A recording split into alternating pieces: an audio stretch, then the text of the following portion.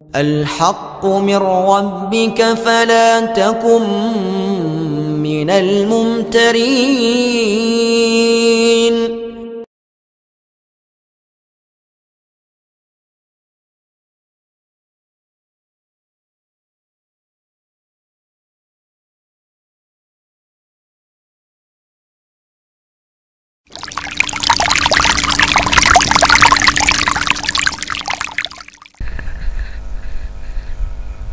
Bismillahirrahmanirrahim.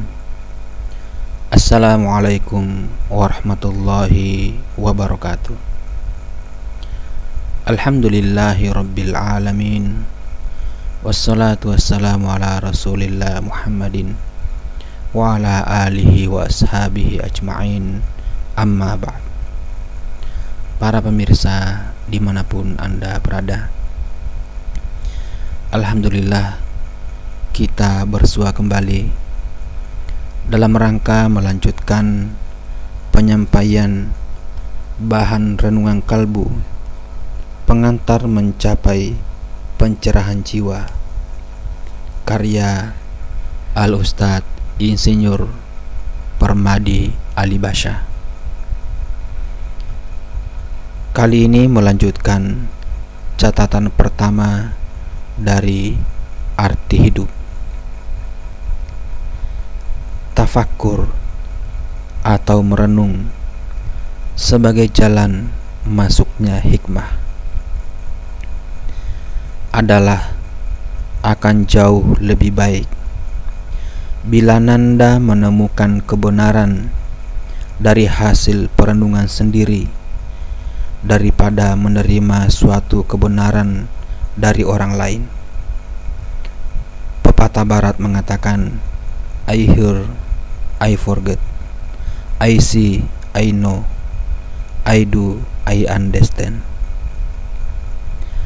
Menerima kebenaran dan menemukan kebenaran adalah sesuatu yang berbeda.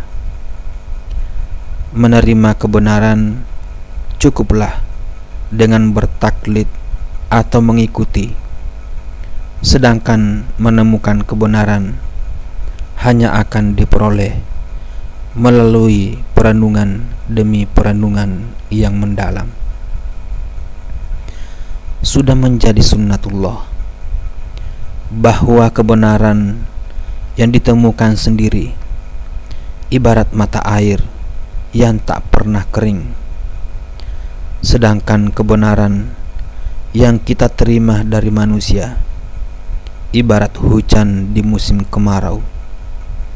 Tentu saja yang dimaksud dengan kebenaran di sini bukanlah kebenaran dalam konteks seperti 2 tambah 2 sama dengan 4, tetapi maksudnya adalah kebenaran yang sifatnya memberikan pencerahan bagi jiwa. Misalnya saja, perbuatan maksiat itu artinya sama dengan menandatangani kontrak untuk tinggal di neraka. Sayyidina Ali bin Abi Thalib radhiyallahu anhu berkata, janganlah kamu mengenal dan mengikuti kebenaran karena tokohnya, tetapi kenalilah kebenaran itu sendiri. Niscaya kamu akan mengetahui siapa tokohnya. Allah Subhanahu wa taala berfirman dalam surah Al-Baqarah, surah yang kedua ayat 269. Allah menganugerahkan al-hikmah atau kepahaman yang dalam tentang Al-Quran dan As-Sunnah kepada siapa yang Dia kehendaki, dan barang siapa yang dianugerahi al-hikmah itu, ia benar-benar telah dianugerahi karunia yang banyak, dan tak ada yang dapat mengambil pelajaran kecuali orang-orang yang berakal.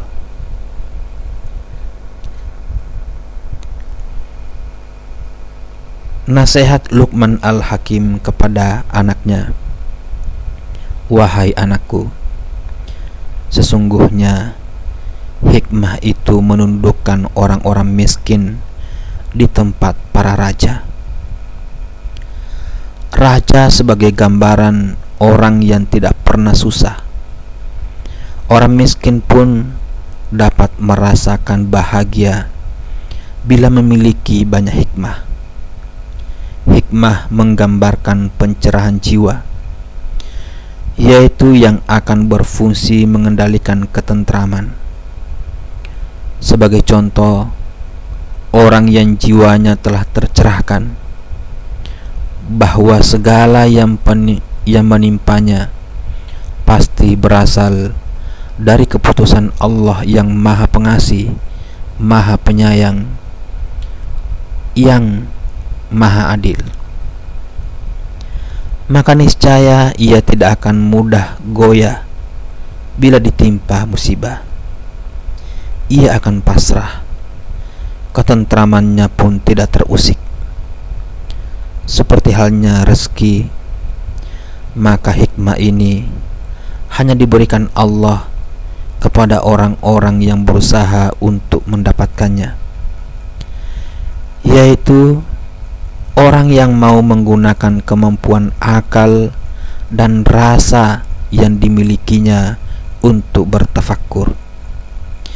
Sayyidina Ali bin Abi Thalib radhiyallahu anhu berkata, tiada ilmu yang lebih baik daripada hasil tafakkur. Dan di dalam Al-Quran ditemukan tidak kurang dari 130 kali perintah Allah untuk berfikir, antara lain pada surah Shad ayat 29, Az-Zariyat ayat 20 dan 21, Yunus ayat 24.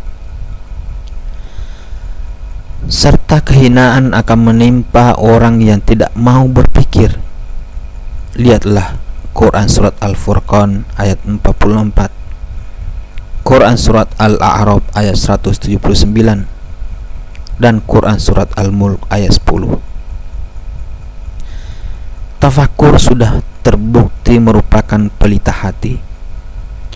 Karena itu, apabila ia tidak dihidupkan, maka hati akan gelap gulita. Orang yang serius merenungi tentang apa-apa yang telah Allah ciptakan, ataupun tentang sakaratul maut, siksa kubur, maupun kesulitan-kesulitan yang akan dijumpai di hari kiamat kelak, niscaya akan mendapatkan pencerahan jiwa.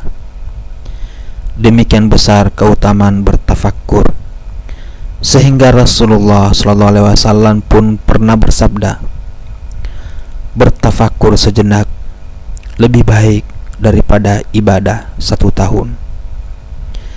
Mengapa Rasulullah SAW berwasiat demikian? Ayah menduga hal ini semata-mata karena beliau ingin menyelamatkan umatnya agar kelak tidak dijadikan untuk isi neraka, sebagaimana peringatan tegas dari Allah Subhanahu wa Ta'ala di dalam Al-Quran. Dan sesungguhnya kami ciptakan untuk isi neraka jahanam kebanyakan dari jin dan manusia. Mereka mempunyai hati, tapi tidak digunakan untuk memahami ayat-ayat Allah. Mempunyai mata, tidak digunakan untuk melihat tanda-tanda kekuasaan Allah. Mempunyai telinga, tidak dipergunakan untuk mendengar ayat-ayat Allah. Mereka itu seperti binatang ternak, bahkan lebih sesat lagi. Mereka itulah orang-orang yang lalai. Quran surat Al-A'raf surah yang ke-7 ayat 179. Seorang ulama besar bernama Hasan al-Basri pernah berkata, tafakur itu seperti cermin yang dapat menunjukkan kebaikanmu dan kejelekanmu. Dengan cermin itu pula manusia dapat melihat keagungan dan kebesaran Allah. Di samping itu, dengan cermin itu pula manusia dapat melihat tanda-tanda yang diberikannya, baik yang jelas maupun yang samar, sehingga akhirnya ia dapat berlaku lurus di dalam pengabdian kepadanya. Kebanyakan manusia begitu royal menghabiskan waktu untuk memikirkan harta, jabatan, ataupun urusan keduniawian lainnya. Tetapi demikian pelitnya meluangkan waktu untuk bertafakkur. Padahal dengan tafakkur, pandangan kita akan mampu menembus ke dalam perut bumi, sementara orang lain hanya dapat melihat sebatas permukaannya saja. Dengan tafakkur, kita akan dapat merasakan alam akhirat, sementara orang lain hanya mampu merasakan dunia. Dan dengan tafakkur, kita akan mampu meletakkan dunia di tangan, sementara orang lain meletakkannya di hati. Walaupun keutamaan bertafakkur ini sudah tak terbantahkan, tetapi mengapa sedikit sekali orang yang mau bertafakkur? Hal ini penyebabnya tidak lain karena mereka membiarkan pikiran dan hatinya dibelenggu oleh kentalnya masalah keduniawian. Karena ketika hati seseorang dipenuhi oleh khayalan, impian-impian mustahil, senda gurau yang tidak berguna, serta pengetahuan yang tidak bermanfaat, maka hidayah akan menjauh darinya. Dengan demikian, selama orang tidak mau memangkas hal-hal yang dapat merusak keseimbangan antara urusan dunia dan akhirat di hatinya, maka selama itu pula ia akan lalai untuk bertafakkur. Itulah sebabnya Luqman Al-Hakim memberikan nasihat kepada anaknya, janganlah engkau memasuki dunia yang dapat membahayakan akhiratmu. Apa yang harus ditafakuri? Sesungguhnya buah dari tafakkur adalah keyakinan-keyakinan ilahiyah yang akan memudahkan kita dalam pengendalian diri agar dapat selalu taat pada keinginan Allah dan Rasul-Nya. Oleh karena itu, banyak objek yang dapat ditafakuri, antara lain: A. Bertafakkur mengenai tanda-tanda yang menunjukkan kekuasaan Allah. Akan lahir darinya rasa tawadu atau rendah diri atau rendah hati, dan rasa ta'zim akan keagungan Allah. B. Bertafakkur mengenai kenikmatan-kenikmatan yang telah Allah berikan. Akan lahir darinya rasa cinta dan syukur kepada Allah. C. Bertafakkur tentang janji-janji Allah. Akan lahir darinya rasa cinta kepada akhirat. D. Bertafakkur tentang ancaman Allah. Akan lahir darinya rasa takut kepada Allah. E. Bertafakkur tentang sejauh mana ketaatan kita kepada Allah, sementara Ia selalu mencurahkan karunia-Nya kepada kita. Akan lahir darinya kegairahan dalam beribadah. Contoh-contoh tafakkur. Yang pertama, bila direnungkan, sedetik dari hidup ini pun sudah mukjizat.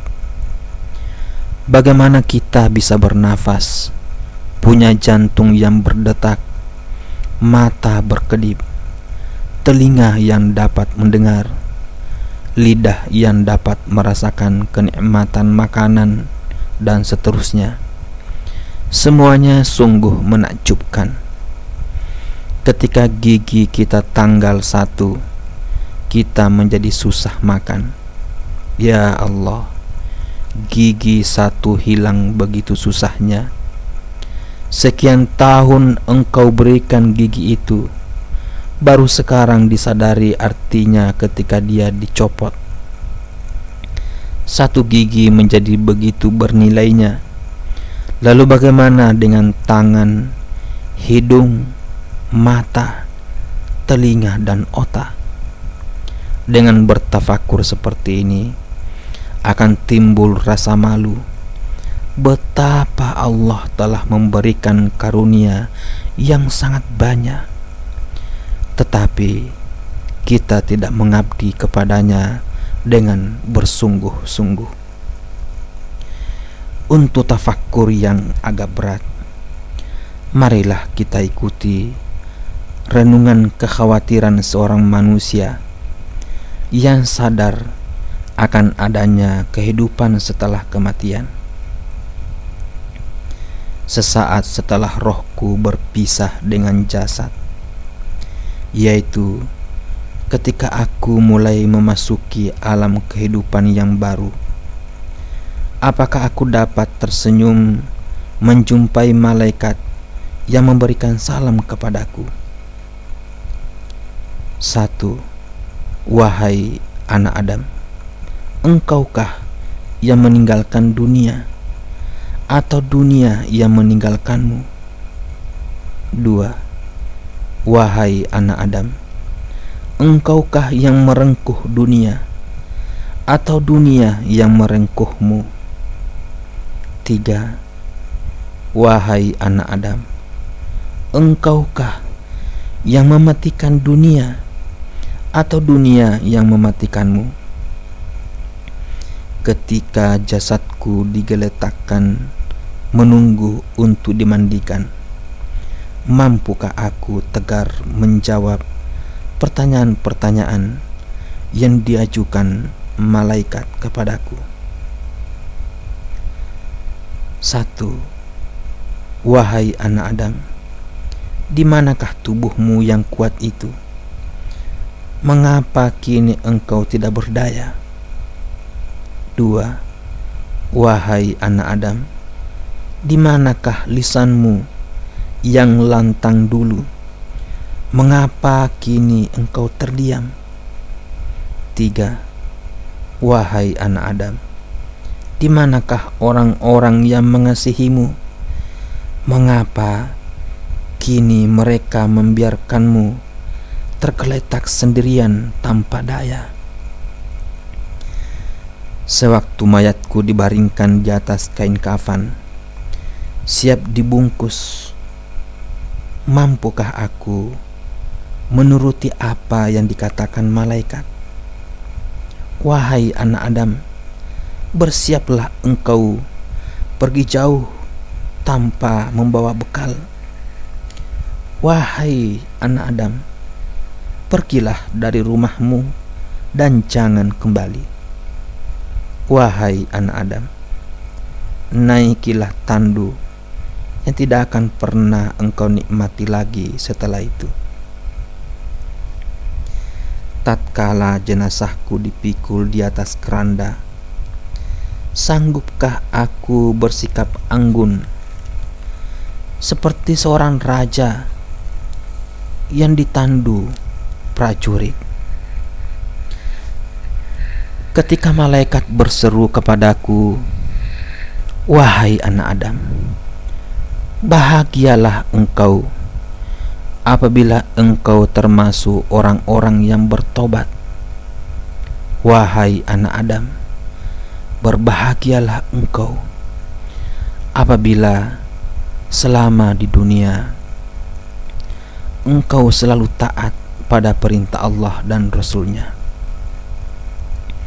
Wahai anak Adam, berbahagialah engkau apabila yang menjadi teman abadimu di alam kubur adalah ridha Allah. Celakalah engkau apabila teman abadimu murka Allah. Ketika aku dibaringkan untuk disolati, akankah diriku mampu bersikap manis tatkala malaikat berbisik di telingaku? Wahai anak Adam, semua perbuatan yang telah engkau lakukan akan engkau lihat kembali. Wahai anak Adam, apabila selama ini engkau tenggelam dalam amal soleh, maka bergembiralah. Wahai anak Adam, apabila selama ini engkau tenggelam dalam kemaksiatan menuruti nafsu, maka sambutlah penderitaan akibat keenggananmu mengabdi kepadanya. Sewaktu jasadku berada di tepi kubur, siap untuk diturunkan ke liang lahat, akankah lidahku keluh menjawab pertanyaan malaikat yang berbisik lirih? Wahai anak Adam, kedamaian apakah yang engkau bawa untuk menempati rumah cacing ini? Wahai anak Adam, cahaya apakah yang engkau bawa untuk menempati rumah yang gelap ini? Wahai anak Adam, siapakah temanmu yang kau ajak menemanimu dalam penantian panjang ini? Tatkala aku sudah diletakkan di liang kubur, masih mampukah aku tersenyum menjawab ucapan selamat datang yang disampaikan bumi kepadaku? Wahai anak Adam, ketika berada di punggungku engkau berkelak tawa. Kini setelah berada di perutku, apakah engkau akan tertawa juga? Ataukah engkau akan menangis menyesali diri? Wahai anak Adam, ketika berada di punggungku engkau bergembira ria. Kini setelah berada di perutku, apakah kegembiraan itu masih tersisa? Ataukah engkau akan tenggelam dalam duka nestapa? Wahai anak Adam, ketika berada di punggungku engkau bersilat lidah. Masihkah kini engkau bernyanyi? Ataukah engkau akan diam membisu 1000 bahasa, bergelut dengan penyesalan? Setelah aku sendiri terbujur kaku, dihimpit bumi tanpa daya dalam liang lahat, sementara sanak keluargaku beserta teman-teman karibku pulang ke rumahnya masing-masing, akankah kecemasan menguasai diriku ketika Allah Subhanahu wa Ta'ala berfirman, wahai hambaku, sekarang engkau terasing sendirian. Mereka telah pergi meninggalkan engkau dalam kesempitan dan kegelapan. Padahal dulu engkau membangkang, tidak mau taat kepadaku semata-mata untuk kepentingan mereka. Balasan apa yang engkau peroleh dari mereka? Masih pantaskah engkau mengharapkan surgaku? 3. Dari syair kita dapat bertafakur. Sebagai contoh, mari kita renungkan 2 syair yang penuh makna berikut. Waktu nafas yang takkan kembali. Manusia hanyalah pengendara di atas panggung usianya, digulung hari demi hari, bulan dan tahun tanpa terasa. Nafasku terus berjalan, setia menuntunku ke pintu kematian. Sebenarnya dunialah yang kujauhi dan liang kuburlah yang kudekati. Satu hari berlalu, berarti satu hari berkurang umurku. Umurku yang tersisa di hari ini sungguh tidak ternilai harganya, sebab esok hari belum tentu jadi bagian dari diriku. Karena itu, jika satu hari berlalu tapi tiada pahala dan keyakinanku yang bertambah, apalah arti hidupku di mata Allah? Ketika Allah berkata tidak, "Ya Allah, ambillah kesombonganku dariku." Tidak, bukan aku yang mengambil, tapi Kau yang harus menyerahkannya. Ya Allah, berilah aku kesabaran. Tidak, kesabaran diperoleh dari ketabahan dalam menghadapi cobaan. Aku tidak memberikan kesabaran, Engkau harus meraihnya sendiri. Ya Allah, berilah aku kebahagiaan. Tidak, aku memberi keberkahan dan hikmah, sedangkan kebahagiaan tergantung kepadamu sendiri. Ya Allah, jauhkan aku dari kesusahan.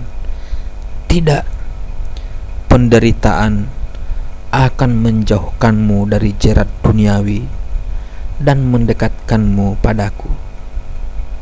Ya Allah, beri aku segala hal yang menjadikan hidup ini nikmat. Tidak, aku beri Kau akal dan kalbu serta Al-Quran, supaya Kau dapat menikmati kehidupan. 4. Nasihat dari para bijak pun dapat kita tafakuri. Perbuatan dosa adalah pengantar pada kekufuran, sebagaimana halnya demam pengantar menuju kematian. Keinginan agar keistimewaanmu diketahui orang adalah bukti tidak adanya kejujuran dalam kehambaanmu. Orang yang benar-benar gila adalah orang yang pikirannya masih waras. Ia mengaku hamba Tuhan dan mengharapkan surganya, sementara ia malas mematuhi perintah-perintahnya. Maksiat yang Anda lakukan pada hakikatnya adalah secara sadar menandatangani kontrak untuk tinggal di neraka.